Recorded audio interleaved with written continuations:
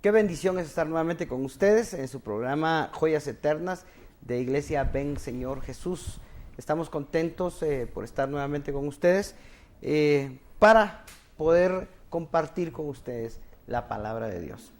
Hoy vamos a hablar acerca de una interrogante que se tiene en el ámbito cristiano. ¿Por qué razón hay mucho joven especialmente, aunque hay adultos y de todas clases, de todas edades, pero especialmente jóvenes que ya no quieren ir a la iglesia?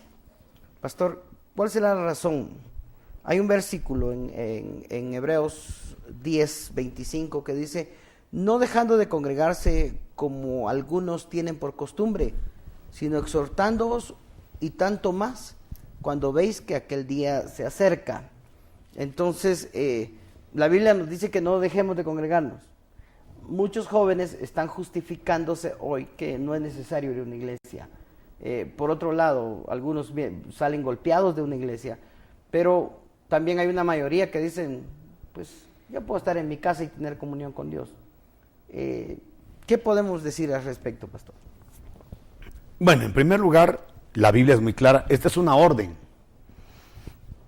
Yo he aprendido que las órdenes no se cuestionan, las órdenes se obedecen. No digamos cuando la orden viene de parte de Dios. Entonces la orden bíblica es muy clara, no hay que especular mucho, no hay que elucubrar siquiera. La Biblia es clara, no os dejéis de congregar. Entonces, para Dios es muy importante que nosotros seamos parte de un cuerpo. ¿Por qué? Porque no hay células aisladas del cuerpo de Cristo. Mire, le voy a decir algo que es muy serio de lo que voy a decir por la gente que no se congrega. Dice Ezequiel que del trono de Dios, y estamos hablando del trono, del solio de Jehová, dice que salía un río que donde quiera que el río llegaba, servía de sanidad para las enfermedades. Donde quiera que pasaba el río, daba vida, pues venía del trono de Dios. Lo impresionante de este relato bíblico es que de repente, del movimiento de las aguas, que son violentas y bruscas, es un río, de repente se formaba un charco que ya no se pegaba al fluir del río, sino que se separaba. Ese charco se está formando de agua que proviene del trono de Jehová. Pero dice la Escritura que esas aguas, por no estar en el fluir, se iban volviendo marismas y aguas totalmente envenenadas y perjudiciales. Ya no era el agua que sanaba, sino el agua que enfermaba y mataba. Entonces, eso le prueba que cuando nos separamos del río de Dios y hacemos un charco aislado del río, tarde o temprano, aunque provenga del río de Dios, se va a contaminar. ¿Qué quiere decir con esto? Que todos nosotros tenemos que caminar en el cuerpo de Cristo y estar metidos en el cuerpo de Cristo. ¿Por qué? Porque si yo tengo comunión con Dios, la gente que dice, mire, yo tengo comunión en mi casa, la comunión con Dios va a activar tus dones. Y los dones son para ministrarlos al cuerpo de Cristo. Tú no puedes estar aislado.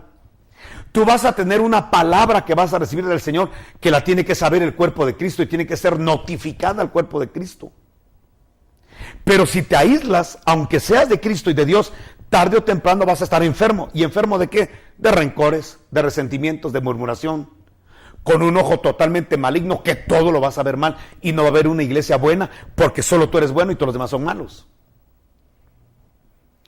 La gente que no se congrega realmente puede tener muchas justificaciones, pero la Biblia es clara: no os dejéis de congregar. Es una orden. ¿Dónde está en la Biblia que tengo que congregarme? Ya la dio usted, Hebreos 10. Es una orden, sobre todo cuando vemos que el día del Señor se acerca, que la venida del Señor se hace más inminente, es cuanto más necesidad tenemos, según la Biblia, de congregarnos. Y la Biblia dice que nos exhortemos los unos a los otros. ¿Por qué hay necesidad de exhortar? La exhortación es un grito de aliento. Es lo que un entrenador le hace a sus jugadores cuando bajaron el ánimo. Cuando ya no están corriendo, rindiendo, como debe ser, entonces viene el grito del entrenador: ¡vamos! Todavía esto no ha terminado, faltan 10 minutos, ¡vamos! Es lo que el boxeador recibe, el grito que recibe el boxeador, que sí es un grito agresivo de su entrenador, de su manager, pero que no es un grito para que se le baje más la moral, sino para que se levante la moral. Y el apóstol Pablo está diciendo: exhórtense los unos a los otros, como que una de las enfermedades del tiempo final va a ser dejarse de congregar, y ya lo estamos viendo. Ahora, ¿por qué la gente deja de congregarse? Uno, vamos a enumerar razones, a ver hasta dónde nos da el tiempo. Pero uno puede ser la doctrina. Cuando hablamos de doctrina, hablamos de que lamentablemente hay pastores que no entienden que deben estar plegados a coberturas apostólicas. Entonces lo que pasa con un pastor que no está plegado a una cobertura apostólica es que su mensaje va a ser muy limitado. ¿Por qué? Porque su función es sanar almas. En consejería es lo mejor. Si alguien necesita un consejo, ahí está el pastor. ¿Y qué consejos tan acertados? Porque es su función. Si alguna ovejita viene con un problema en su corazón, le va a ministrar y le va a sanar el corazón, porque esa es la función del pastor. Pero en cuanto a doctrina, en revelación, va a ser muy limitado, porque no está diseñado para eso. Entonces, ¿qué necesita un pastor? Necesita plegarse una cobertura que sea una fuente de revelación, para que le esté dando doctrina, le esté dando palabra, que él se la va a llevar a su pueblo. Y su función pastoral la va a ejercer con bendición, con éxito, pero paralelamente esto le va a dar alimento a su pueblo. ¿Qué pasa cuando la gente solo llega a la iglesia a oír lo mismo y lo mismo y lo mismo? Porque el pastor ya no tiene más mensaje, siempre habla de lo mismo y de lo mismo y de lo mismo. Entonces la gente se aburre. Mire, por más que le guste hacer una canción y le guste: qué canción más bonita, me llega cuando la oigo, me toca, puede ser cristiana o lo que sea, le toca. Pero si la oye constantemente, y en la mañana, en la tarde, la tiene en el radio, llega un momento en que esa canción, que era muy bonita, como ya se hizo común, ya le aburre, hasta llega a aborrecerla. Y lamentablemente, cuando el pastor tiene muy limitado su temática, siempre habla de lo mismo, de lo mismo, de lo mismo. Entonces, lamentablemente, el pueblo se va a cansar, ya sabe de qué va a hablar, ya llega tarde, se desanima por la doctrina, falta de doctrina. 2, porque la doctrina sea mala. Yo la verdad que admiro mucho a las ovejas. Hay ovejas que son admirables, no tanto por lo bueno, sino por algunas situaciones que a veces tienen malas las ovejas. Yo admiro a la gente que soporta estar 1 mes, 2 meses, 3 meses, 4, 5 meses, oyendo temas puramente financieros. La verdad que a mí me extraña, porque la verdad es que Jesús no fue a la cruz del Calvario para que yo me volviera millonario. Pero hay gente que, como su corazón la tiene puesta y su riqueza está puesta, su tesoro es el dinero, entonces por eso soporta eso.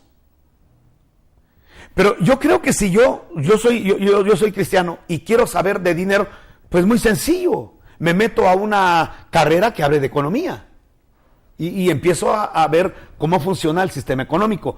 Pero llegar a la iglesia solo para oír temas financieros, bajo el pretexto de que como estamos en la tierra hay que vivir bien en la tierra, y por eso le doy a la gente 10 pasos para no endeudarse, 10 pasos para pagar tarjetas de crédito, 10 pasos para ser próspero, 15 pasos para ser más próspero, 20 pasos para ser mega, super, hiper próspero, y todo el tiempo es próspero y prosperidad.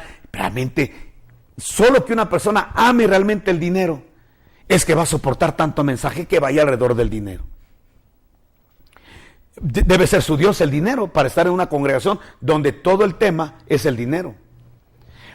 Yo si en algo crecí, es en una iglesia donde todo el mensaje era Cristo y Cristo y Cristo. Quizá por eso sigo enamorado de Cristo, porque me metieron a Cristo hasta en los huesos, y su palabra hasta en los huesos. Ya han pasado los años y uno sigue enamorado de Cristo. ¿Por qué? Porque le enseñaron a uno a amar a la persona de Cristo, y buscar su intimidad y buscar la comunión, y que eso es lo que realmente bendice.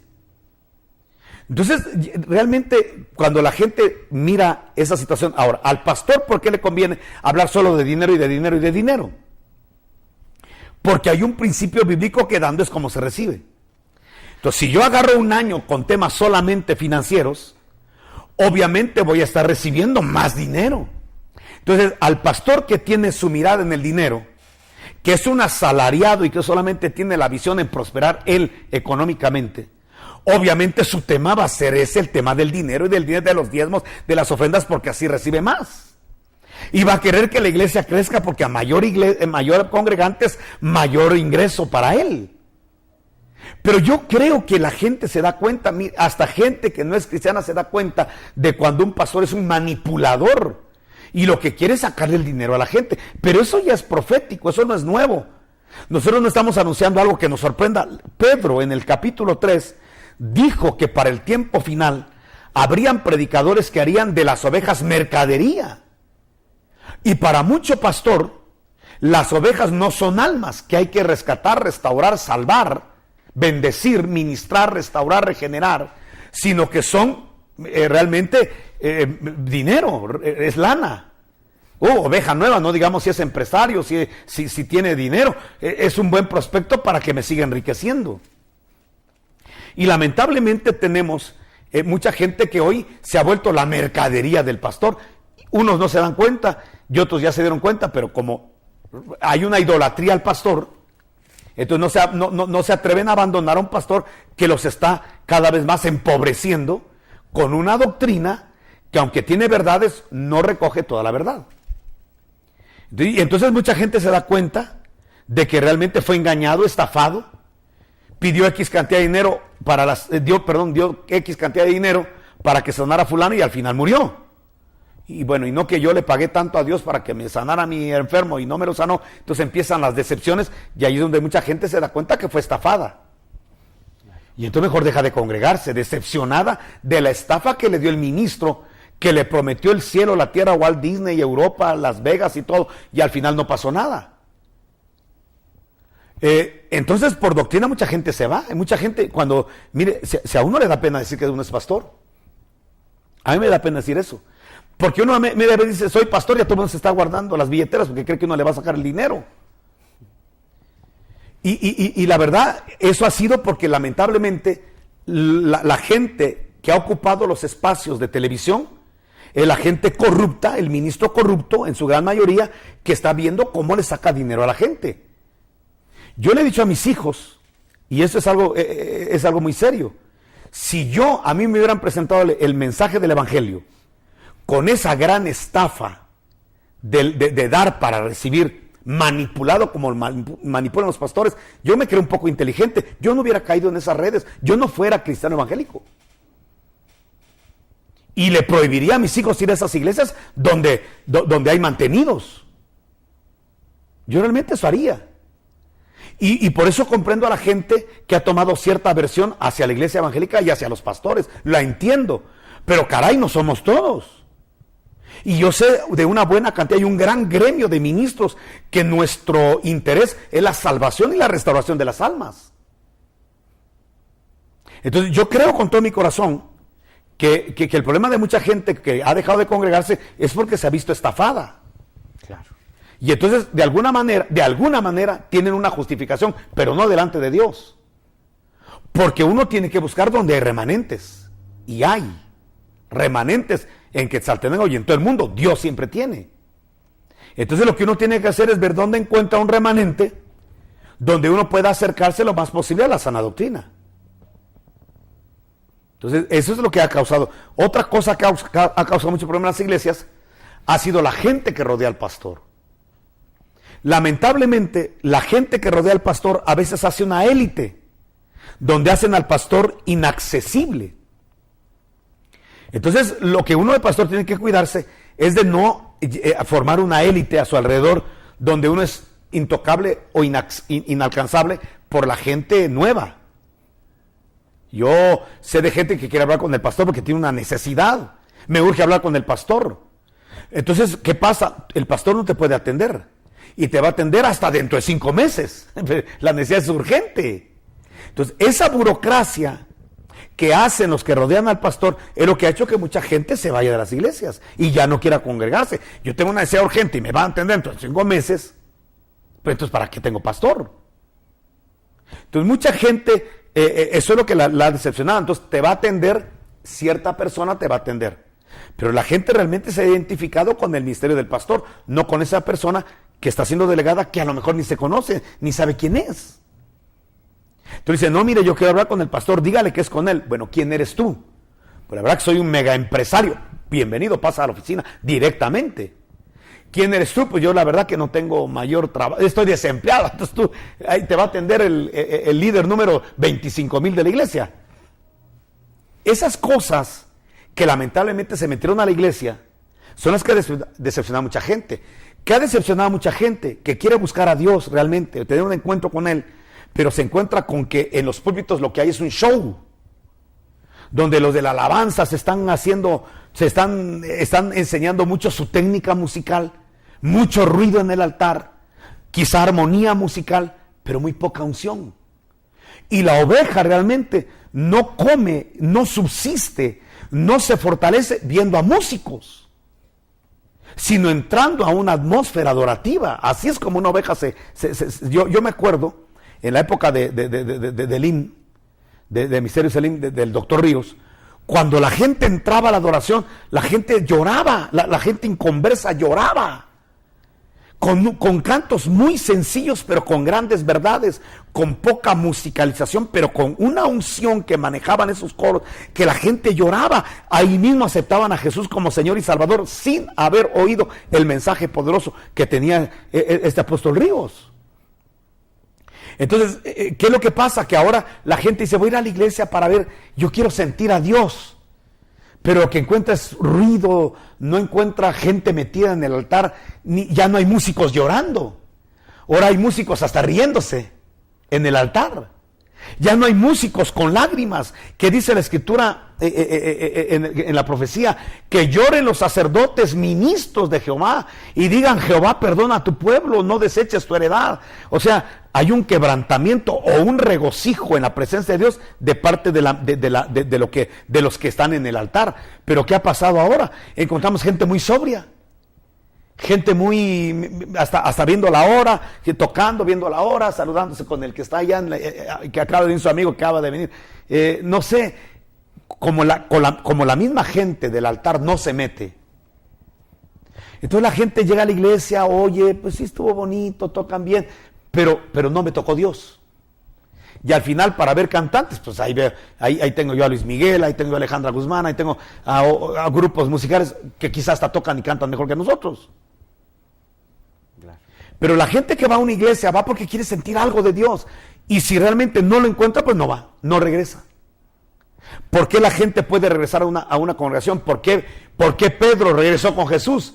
Porque salió gritándole a todo el mundo, hemos hallado al Mesías, hemos hallado al Mesías. Y ya traían a Natanael, ya traían a Felipe, ya traían a todos. ¿Por qué? Porque habían encontrado algo en Jesús. Entonces, cuando uno va a un lugar y encuentra presencia de Dios, la gente está invitada a regresar. Quizás no que sea malo, pero quizás se ha preocupado más porque hayan buenas sillas, porque haya un buen teclado, porque haya un buen auditorium, pero se ha preocupado muy poco el liderazgo por la presencia de Dios, y cuando esto sucede, pues la gente deja de congregarse. No digamos los problemas que surgen en la convivencia entre hermanos, que eso pasa mucho. La prepotencia del liderazgo, eso realmente destruye mucho. Mire, en los ámbitos empresariales y gerenciales, ya no se está contratando gente solamente por lo cognoscitivo o por la capacidad que tenga para el puesto, sino que ahora en un porcentaje igual al del conocimiento de la persona, tiene que ir las excelentes relaciones interpersonales. Se contrataban gerentes non plus ultras que conocían de todo, pero que creaban un mal ambiente laboral por la prepotencia, por la soberbia, por la élite que causaban, que realmente solo él rendía bien y los demás no rendían bien porque no tenían un buen ambiente laboral, porque no tienen la capacidad de reunir a la gente, de crear un ambiente amistoso, bonito.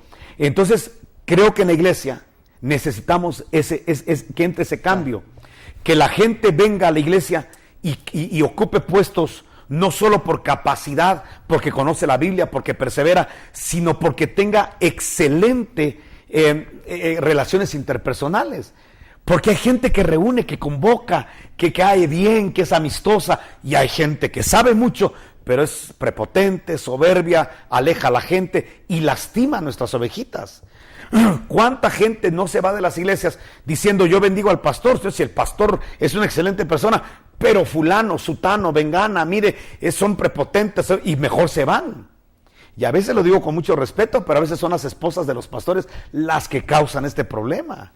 De donde hay que enseñarle a las esposas de los pastores que aunque son respetables, aunque tienen un lugar preponderante en la iglesia, no por eso tienen que ser soberbias, no por eso tienen que ser altivas y discriminantes.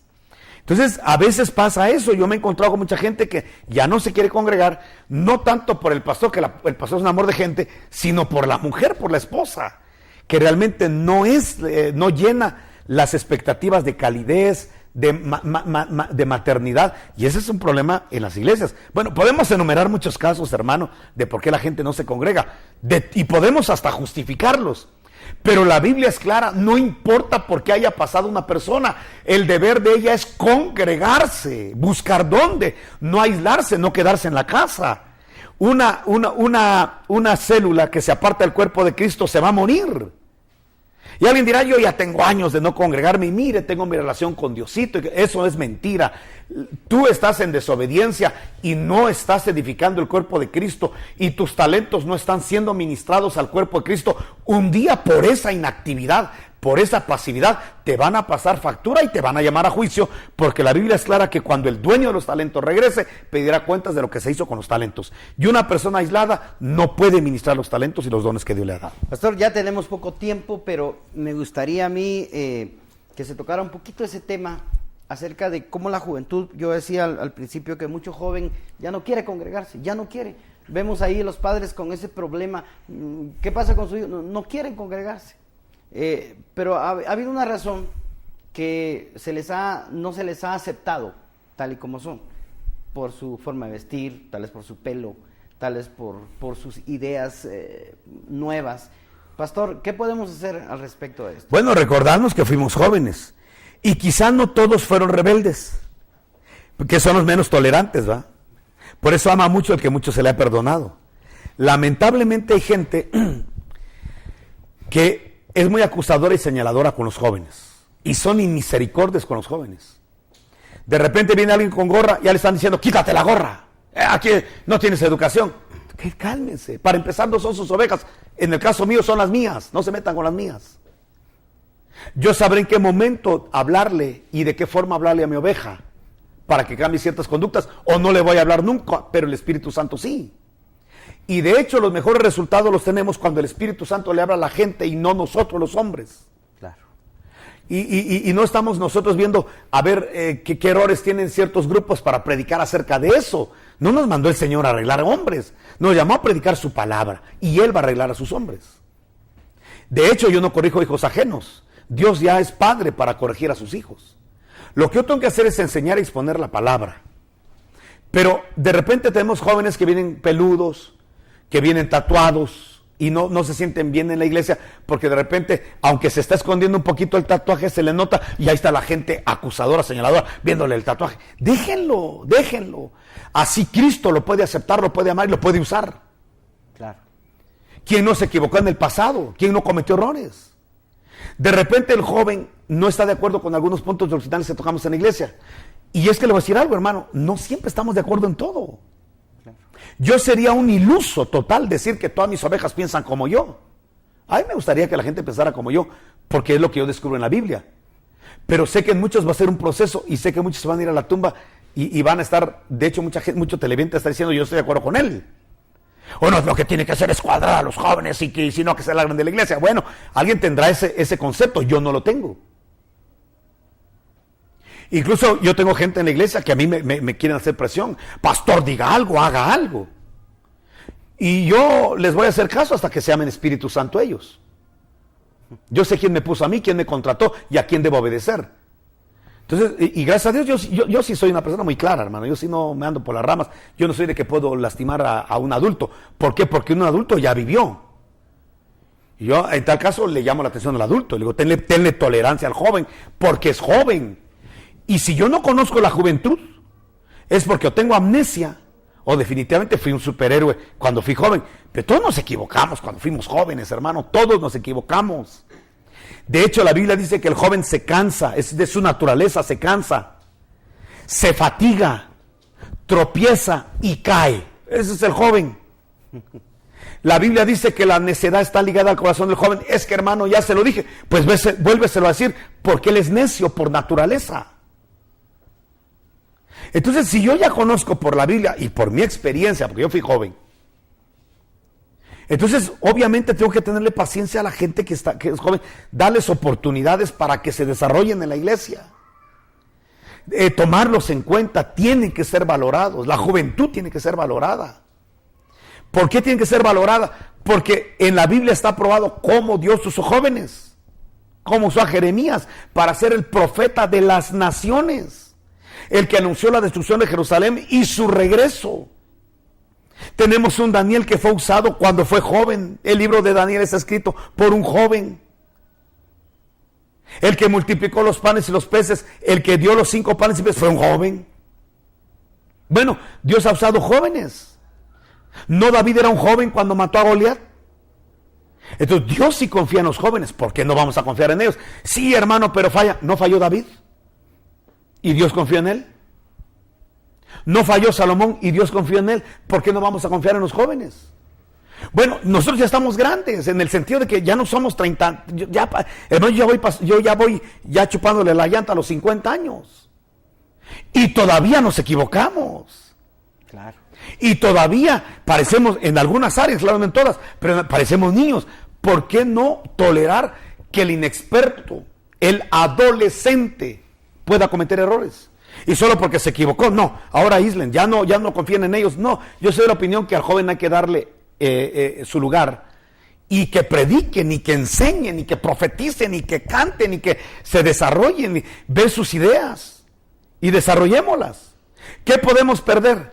Mire, es que hay mucha gente mística en la iglesia que dice, no, hasta que el Espíritu Santo te hable y oigas una voz estereofónica, hijo mío, mío, mío, mío, así dice el Señor, haz esto. Entonces ya ejecutan las cosas. Pero para un proyecto que le beneficia, ahí no ora, ahí sencillamente lo toma. Y le dicen a uno, hermano, es que era la oportunidad de mi vida, lo tuve que tomar. ¿Y por qué no? Entonces en las cosas espirituales hacemos lo mismo. Para mí, idea que venga de un joven, pongámosla a echar a andar. Pero para eso que se expresen, que los grupos de jóvenes se expresen. Miren, yo quiero hacer, hagámoslo, apoyémoslo. Y como tú eres el del proyecto, ejecútalo tú. Y démosle la oportunidad a que se desarrolle. ¿Por qué no? Invirtamos en sus proyectos, invirtamos. Mire, a mí se me ocurre hacer tal. Bueno, hagámoslo, hijo, vamos a apoyarte. Yo siento que para que un joven se sienta valorado hay que apoyarlo. Hay que apoyar. Aceptarlo, ¿verdad? ¿Sabe qué es lo más tremendo? Que en otras élites sí los aceptan. Y lo malo es que ahí no los tuercen. En otras élites sí los reciben como son. De repente todo tímido, ven que se venga aquí, hasta le ponen el apodo, ¿va? Este es el tímido, ya que se venga. Pero lo asimilan. Porque nosotros no asimilar a los jóvenes. Y lo explotan, o sea, le sacan de lo mejor de ellos. La Biblia dice que, bueno, hay una virtud en el joven, ¿verdad? Tiene un perfil, como usted decía, se cansa, cae, bueno, pero hay una virtud que es su fuerza. La fuerza. ¿Verdad? Entonces yo creo que... Eso no se cansan. Exactamente, ¿verdad? Ellos pueden pasar una vigilia entera y al otro día... Yo le voy a ser honesto, hermano, a mí me explotaron mis pastores. A mí me mandaban a predicar a lugares donde ellos no se animaban a ir, a aldeas, miren, nos ponían a predicar en la mañana, en la tarde, en la noche, y todavía jugar fútbol con los jóvenes ahí, pero uno no se cansa. Son edades maravillosas. A mí me pueden hacer eso ahorita, quizá, tal vez predico mañana, tarde y noche, pero ya no juego el partidito. Sí, pues yo espero que muchas personas que han rechazado a los jóvenes puedan cambiar su mente y poder aceptarlos y poder utilizarlos en su fuerza, ¿verdad? Muchas gracias de veras por su atención. El tiempo se nos ha terminado, pero estamos en nuestro próximo programa con ustedes. Muchas gracias por su atención. Que Dios le bendiga.